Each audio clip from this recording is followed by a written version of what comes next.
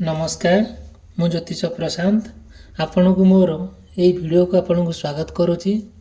चलतु देखा आज ये वीडियो माध्यम आपण पार्टनर कौन करेन्ट फिलिंग्स अच्छी मन में कौन चली से कौन आशा कर उद्देश्य कौन आपण प्रति भावना कौन निश्चिंत भाव में ये वीडियो माध्यम मु डिटेल और विस्तीर्ण भाव में आपण को कहबी। देखंतु जदिओ आपणकर किंबा आपण पार्टनरंकर मेष राशि, वृष राशि, मिथुन राशि, कर्कट राशि, सिंह राशि, कन्या राशि, तुला राशि, बिछा राशि, धनु राशि, मकर राशि, कुंभ राशि एवं मीन राशि होता है निश्चित भाव में केते कथा मैच करिवो और केते कथा मैच करिवोनी बट ऑलमोस्ट जदिओ भी किसी मन में प्रश्न थाए मत कंटाक्ट करेंगे। मु मोर पर्सनल रीडिंग मध्यम आपण को निश्चित भाव में आपणकर पार्टनर आपण भीतर जहाँ थिबा प्रॉब्लम तार रेमेडीज कहबी तार अंक मन में कौन चली कहबी आउ से आपण वीडियो को आरंभ शेष पर्यंत आपण देखिले जानीपारे एक्चुअली वीडियो कौन मु कहूँ आउ केमी आपणकर पार्टनर आपण भीतर जो समस्याटा केमी धीरे धीरे समाधान हो जाऊँगी। चल देखा निश्चित भाव में देखु गोटे कथा कहूँ जदिओ आपण किंबा आपण पार्टनर भितर गोटे सुंदर संपर्कटे अच्छी से संपर्क भितर आपण आपण पार्टनर भितर जिते बड़े गोटे संपर्कटा धीरे धीरे सृष्टि होगा जाऊँगी आउ से कौन हो कम्प्लीटली भाव में आपण आपण पार्टनर भितर जहाँ भी गोटे समस्याटा देखा दूची आपण जानवा चाहते निश्चित भाव में आपण जानवे आउ डिटेल जानीपारे जदि आपणकर लवटा अधा होती आपण प्रेम अधा होती आपण पार्टनर आपण कथा बुझी पारना कि जानी भी पारना सी कौन आप सहित केमती व्यवहार करेंगे आपण सहित केमती व्यवहार करेंगे निश्चिंत भाव में जिते बड़े आपण आपण पार्टनर को लेकिन बहुत कथा भावुंट आउ सी आपन को जी इम्पोर्टान्स देवा कथा दौना आपन जी इम्पोर्टान्स देवा कथा जी देवा कथा दौरान बट सी आप दौना मन में गोटे केमतिया केमतिया गोटे सब भावना चली आपण भितर गोटे भल पवित्र प्रेम हेले भी गोटे अनकंडीशनल प्रेम थिले भी आपण बहुत भल पाती सी भल पाती भल पाइबा भितर धीरे धीरे कौन हो आपण आपण पार्टनर भितर किछि दिन गला परे ना आपण कौन कार्य को लेकिन कौन कर्म को लेकिन कौन कथा को लेकिन कथा कटाकटी मन मनातर माने मतमतातर होती जोटा आपण आपण पार्टनर भितर गोटे किछि दिन एमती संपर्क चलला भितर आउ ठीक ठाक चलला ना आपण भितर बहुत प्रोब्लेम है जोटा कि किछि भाभी पारे नहीं कौन करेंगे कौन न करेंगे आउ सेठू किछि किछि दिन बीतला आपण भितर आउ भितर जिते आपण भितर एमती किछि दिन बीतीगला आउ आपण भितर कौन कथा समाधान हो पारा ना आउ सब बेले कौन कनक्लूजन पॉइंट आप पहुँची पारे ना जिते बड़े कौन कनक्लूजन पॉइंट पहुँची पारे ना आपण भी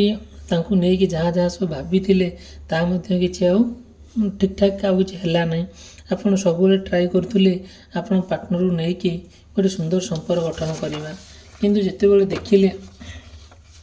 आपण आपण पार्टनर भितर जहाँ जहाँ सब संपर्क थिला धीरे धीरे से संपर्कटा कौन हो माने फेडअप हो गला जोटा कम्प्लीट भाव में आपण भितर जहाँ भी गोटे कथबार्ता चलूला आ गोटे भल पाइबा थिला केयर थिला गोटे हैप्पीनेस थिला आउ परस्पर को माने मन प्राण देकी बुझुतिले भल पाउतिले आउ जोटा कि केवल आपण प्रेम सते जमी गोटे अपूरणीयता थिला आ सब ट्राई करुले समस्त कथा बुझापी परिवार लोक कथा हो किंबा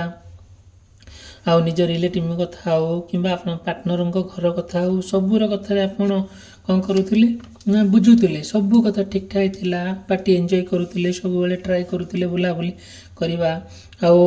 ମାନେ ଗୋଟେ ଜାଗାରେ ଯାଇକି ରହିବା, ମାନେ ଯିବା ବୁଲାବୁଲି କରିବା, ମନ୍ଦିର ହଉ, ପାର୍କ ହଉ, କିମ୍ବା କୌଣସି ଦର୍ଶନୀୟ ସ୍ଥାନ ହଉ, ଏମିତି ବୁଲିବା ପାଇଁ ବହୁତ ଟ୍ରାଏ କରୁଥିଲେ, ମଧ୍ୟ ବହୁତ ବି ବୁଲାବୁଲି କରିଛନ୍ତି। ଆପଣ ବି ତାଙ୍କ ଭିତରେ ବହୁତ ସକ୍ସେସଫୁଲ୍ ପ୍ରେମର କାହାଣୀ ସୃଷ୍ଟି ହେଇଛି। ଆଉ ଏମିତି ବହୁତ ଦିନ ସମ୍ପୂର୍ଣ୍ଣ ଭାବରେ ଯେତେବେଳେ ବୁଲାବୁଲି କଲେ, ପରସ୍ପରକୁ ଜାଣିଲେ, ଆଉ ଏଠୁ ସେଠୁ ଆପଣ ଭିତରେ ତାଙ୍କ ଭିତରେ ଡିସ୍କସନ୍ ହେଲା, ଯେଉଁଟାକି କମ୍ପ୍ଲିଟଲି ଆଜୀବନ ୟୁନିଅନ୍ ହେଇକି ରହିବା। ଆଉ ଗୋଟେ କ'ଣ କରିବା, ଗୋଟେ ମାନେ ସୋଲ୍ କନେକ୍ଟ କରିବା, ଯେଉଁଟା ଆତ୍ମାକୁ ଆତ୍ମା ମିଶିବ, ଶରୀରକୁ ଶରୀର ମିଶିବ, ମନକୁ ମନ ମିଶିବ, ଆଉ ପୁରା ସମ୍ପୂର୍ଣ୍ଣ ଭାବରେ ଯେଉଁ ଭଲ ପାଇବାଟା ପୁରା ଜୀବନର ଶେଷ ମୁହୂର୍ତ୍ତ ପର୍ଯ୍ୟନ୍ତ ପୁରା ଏମିତି କଣ୍ଟିନ୍ୟୁ ହୋଇକି ଚାଲିବ। ଆପଣ ବହୁତ କଥା ଭାବିଥିଲେ ତାଙ୍କୁ ନେଇକି, ଆପଣ ଭାବିବା ସତ୍ତ୍ୱେ ଆପଣ ଯାହା ଚାହୁଁଥିଲେ ତାହା ହେଉଥିଲା, ଆଉ ଆପଣ ଯାହା ଚାହୁଁଥିଲେ ସିଏ ମଧ୍ୟ ସେ କରୁଥିଲେ। ବଟ୍ କେଇଟା ମୁହୂର୍ତ୍ତରେ ସବୁ କିଛି ପରିବର୍ତ୍ତନ ହୋଇଗଲା, ଯେତେବେଳେ ତାଙ୍କ ମନ ଆପଣଙ୍କଠାରୁ ଧୀରେ ଧୀରେ ଛାଡ଼ିଗଲା, ଆଉ ସବୁବେଳେ ଆପଣ ତାଙ୍କ ଭିତରେ ଗୋଟେ କ'ଣ ଚାଲିଲା, ଗୋଟେ ସନ୍ଦେହ ଚାଲିଲା, ଗୋଟେ ଡାଉଟ୍ କ୍ରିଏଟ୍ ହେଲା, ଯେଉଁଟାକି ଆଉ ସେଇ ସନ୍ଦେହଟା ପୁରା ଧୀରେ ଧୀରେ ଆପଣଙ୍କ ମଝିରେ ପୁରା ଏଣ୍ଟ୍ରି କଲା, ଯେଉଁଟାକି ସମ୍ପୂର୍ଣ୍ଣ ଭାବରେ ତାଙ୍କୁ ଆପଣ ସନ୍ଦେହ କଲେ, ସେ ଆପଣଙ୍କୁ ସନ୍ଦେହ କଲେ। ଧୀରେ ଧୀରେ ସନ୍ଦେହ କରୁ କରୁ ଆପଣଙ୍କ ଭିତରେ ବହୁତ ମାନେ କ'ଣ ହେଲା, ମତାମତାନ୍ତର ହେଲା, ଯେଉଁଟାକି ଆପଣ ଭାବିପାରିଲେନି ଆର ସମାଧାନର ବାଟ କ'ଣ ବୋଲି। ଆପଣ ବହୁତ ଚିନ୍ତା କଲେ, ବହୁତ ଭଗବାନଙ୍କୁ ଜଣାଇଲେ, ଆଉ ନିଶ୍ଚିନ୍ତ ବହୁତ ସେ ଭୁଲ ପାଇଁ ଅନୁତପ୍ତ ହେଲେ। କ'ଣ କରାଯିବ, ସବୁକିଛି କେଇଟା ମୁହୂର୍ତ୍ତ ଭିତରେ ପରିବର୍ତ୍ତନ ହେଲା। ଆପଣ ଚାହିଁଲେ ତାଙ୍କୁ ସବୁବେଳେ ବୁଝିବା ପାଇଁ ଗୋଟେ ଜାଗାକୁ ଡାକିଲେ, ତାଙ୍କ ସହିତ ମିଟ୍ କଲେ, ଆଉ ପୁନର୍ବାର କଥା ହେଲେ, ବହୁତ ଅନେଷ୍ଟଲି କଥା ହେଲେ, ବହୁତ ସୁନ୍ଦର ଭାବରେ କଥା ହେଲେ। ଆପଣ ଫିଲିଙ୍ଗସଟା ସମ୍ପୂର୍ଣ୍ଣ ଭାବରେ ତାଙ୍କୁ କହିଲେ, ସେ ଆପଣଙ୍କ ଫିଲିଙ୍ଗସଟାକୁ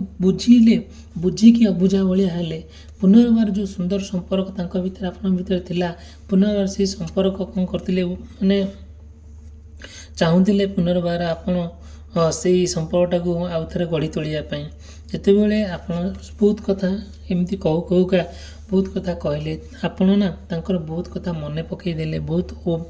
ଓଲ୍ଡ ମେମୋରି କଥା ମନେ ପକାଇ ଦେଲେ, ବହୁତ ତାଙ୍କ ଛୋଟ ଦିନର କାହାଣୀ କଥା ମନେ ପକାଇ ଦେଲେ। ଯେତେବେଳେ ସେ ଆପଣଙ୍କୁ ସବୁ କଥା ସେୟାର କରନ୍ତି, ଆପଣ ଧୈର୍ଯ୍ୟ ସହକାରେ ଶୁଣନ୍ତି, ଆପଣ ମଧ୍ୟ ଯାହା ସେୟାର କରନ୍ତି ସିଏ ମଧ୍ୟ ସବୁଠୁ ଅନେଷ୍ଟଲି ଶୁଣନ୍ତି, ଆଉ ଯେଉଁଟାକି ଆପଣ ତାଙ୍କ ଭିତରେ ବହୁତ ଆପଣଙ୍କ ପ୍ରତି ବିଶ୍ୱାସ, ଆପଣଙ୍କ ପ୍ରତି ତାଙ୍କ ପ୍ରତି ବହୁତ